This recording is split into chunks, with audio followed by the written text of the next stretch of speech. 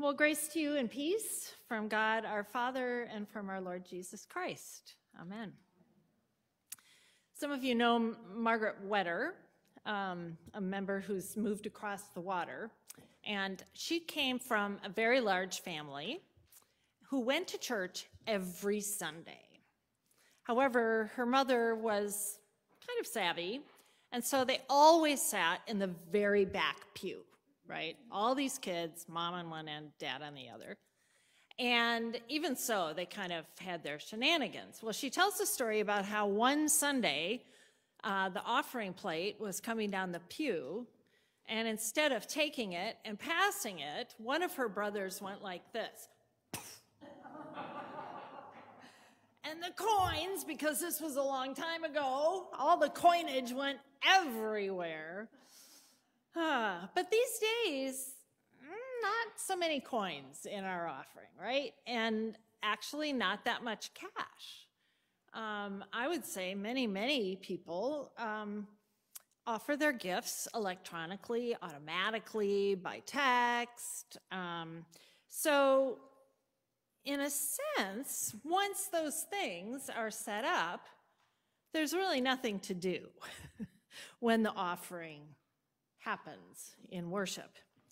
It's all kind of invisible. And actually, the offering has become, in some ways, I would say, kind of a non-event because everything happens off stage. There's also, I think, some pretty significant confusion that contributes to the fact that we're basically pretty passive during the offering. We sit.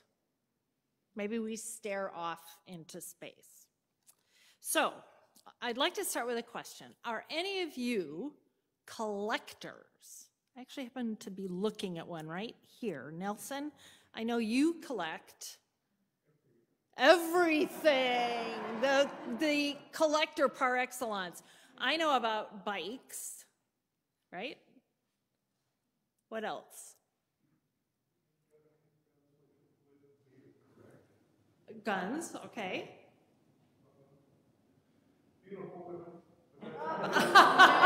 Beautiful women. All right. All right. Niels, you raised your hand. What do you collect? Flags. Okay, that's awesome. So there are those things that we collect intentionally, but in my life, there are also those things that are kind of unplanned collections. For instance, if you go down into my basement, you will see there's a cupboard that was there when I bought the house, and it is chock full of photographs, slides, all kinds of stuff. And then, of course, I have the collection on my computer. And so it just keeps getting bigger and bigger, and I just keep telling myself, one of these days, I'm going to sit down, I'm going to sort it, I'm going to digitize it. So there are those kinds of collections as well. A friend of mine told a story about clearing out her dad's apartment after he passed away. So they're going through his desk, and they open one of the drawers, and they find this box, not a big box, but kind of heavy. And they opened it up, and it was full of keys.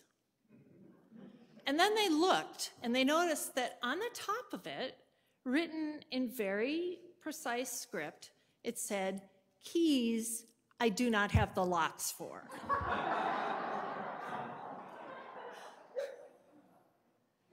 So collections are about stuff, right? Collections are about what we are collecting. Okay, now think about what you may have ever offered. Maybe you've offered a ride, or a meal, friendship, a kind word, advice. Maybe you've offered your hand to steady someone, or offered it in marriage. Hospitality. We find ways to offer our whole lives as well, right? This past week included Veterans Day, the people who serve in that way. So there's a difference. A collection is about what is collected, and an offering is an action we do, and it involves giving of ourselves.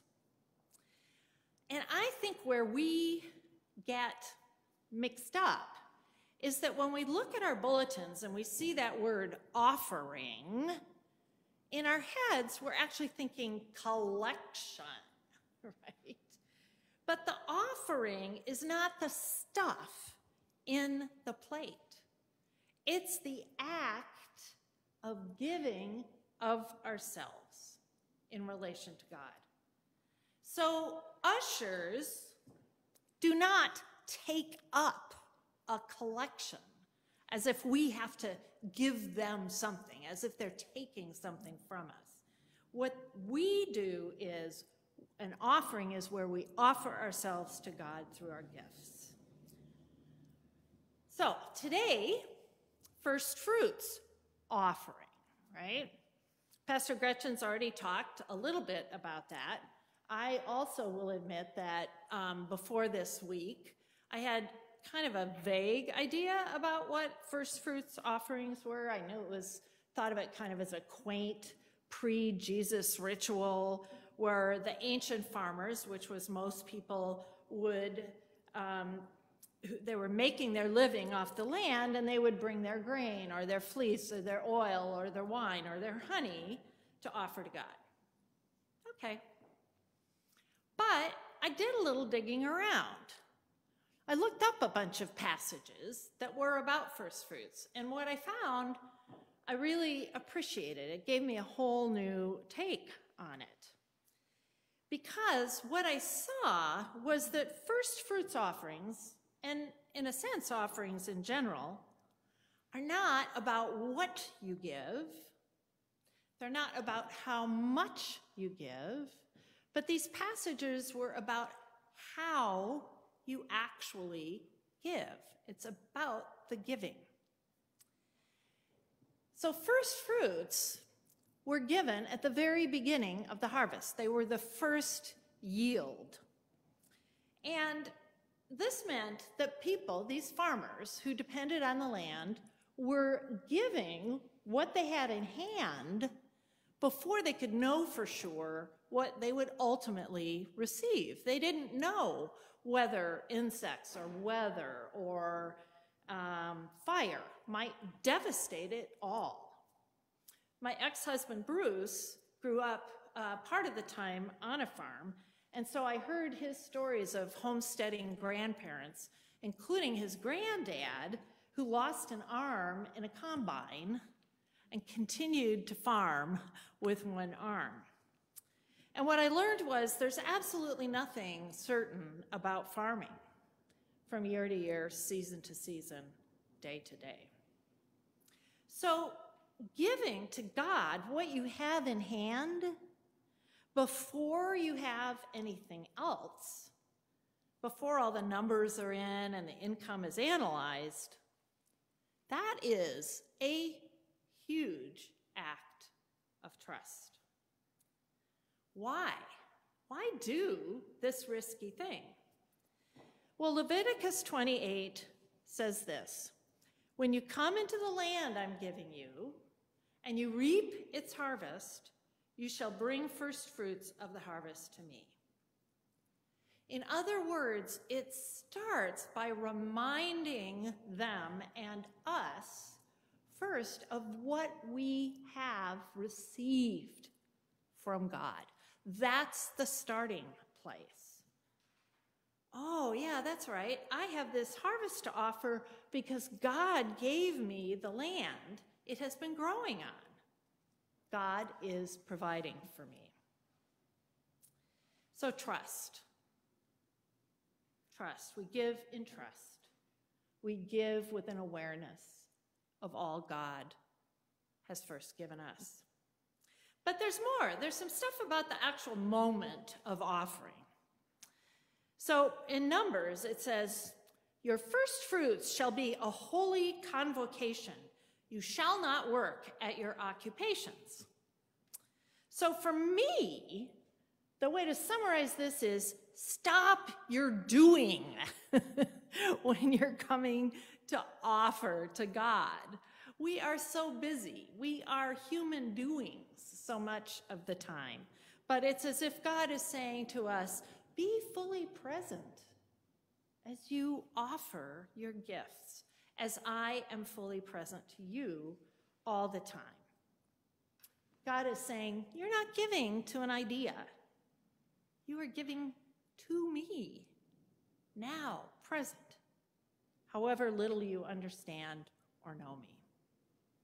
So trust, we give in trust.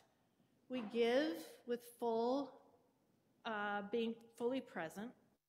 And then first fruits are kind of like a little bit standing in for the whole of our harvest. It's that one first crisp apple that stands in for the whole apple orchard. It's that small ring placed on another's finger, which is a symbol of your whole self when you're not there in person.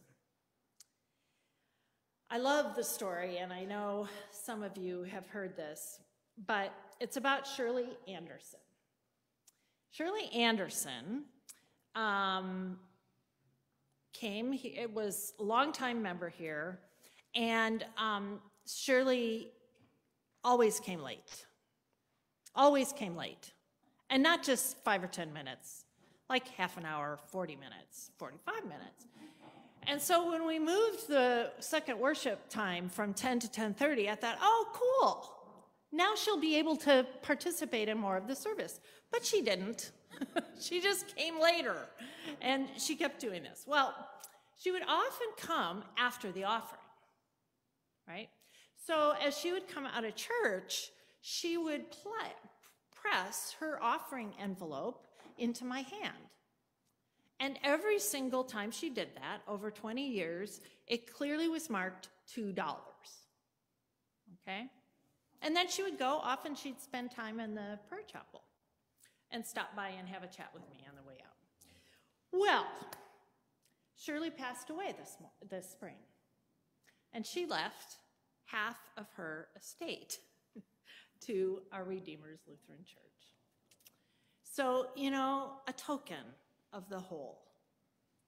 We offer first fruits as this little symbol of our whole harvest and our whole lives, given by God to us and returned to God for God's gracious and just purposes.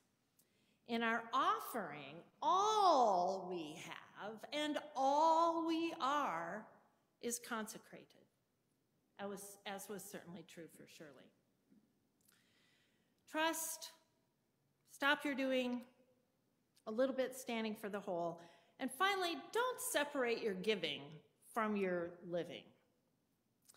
Jesus said, and we heard him earlier, so when you're offering your gift at an altar, if you suddenly remember that your brother or your sister has something against you, leave your gift before the altar and go and be reconciled to your brother or sister.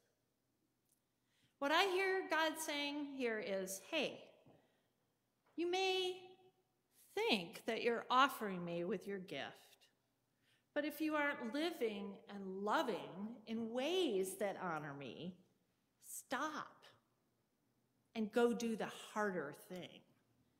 Set things right, and then come back and offer your gift. So today, and really every Sunday, we celebrate God's generosity. We bring to God the first fruits of our own harvests, the ways we make our livings, whatever those may be. God has blessed us so incredibly. And each and every day of our lives, that is true. And God also blesses us as we offer ourselves freely and joyfully back to God each and every day of our lives. I like to think about offering to God in worship as being like breathing okay? We keep hearing reports about how important it is, right, to breathe. Don't hold your breath when you're uptight or upset. Keep the air flowing in and flowing out. And, those are such automatic things, right? Vast majority of the time, we never even give it a thought. But when we take a moment to actually become aware, our breath brings calm and health and renewal and a sense of well-being. It's so simple, and it's so powerful. In the same way, we live breathing in and receiving all God's good gifts to us. And then we offer them back to God open-handed. Now, like breathing, this can often be quite automatic. We can just kind of take it for granted. But every Sunday in our offering, we practice being aware of God's goodness flowing into our lives, in people, in moments, in growth, and in the peace that passes understanding. In our offering, we receive all that very consciously, and then we very consciously offer it back to God. Practicing that weekly or even daily changes us. A friend's father, who was dying recently, focused on 2 Corinthians 4, which says, "Therefore we do not lose heart. Though outwardly we are wasting away, yet inwardly we are being renewed day by day. So we fix our eyes not on what is seen, but on what is unseen. Since what is seen is temporary, but what is unseen is eternal." The life and body that God had given Joe, he was releasing. As he had in so many ways through his life of faith, he was placing himself, he was offering himself to God. And has been, as was true throughout his life, he was confident that as God always had, God would renew him in ways that our human eyes and hearts can't fully see or know.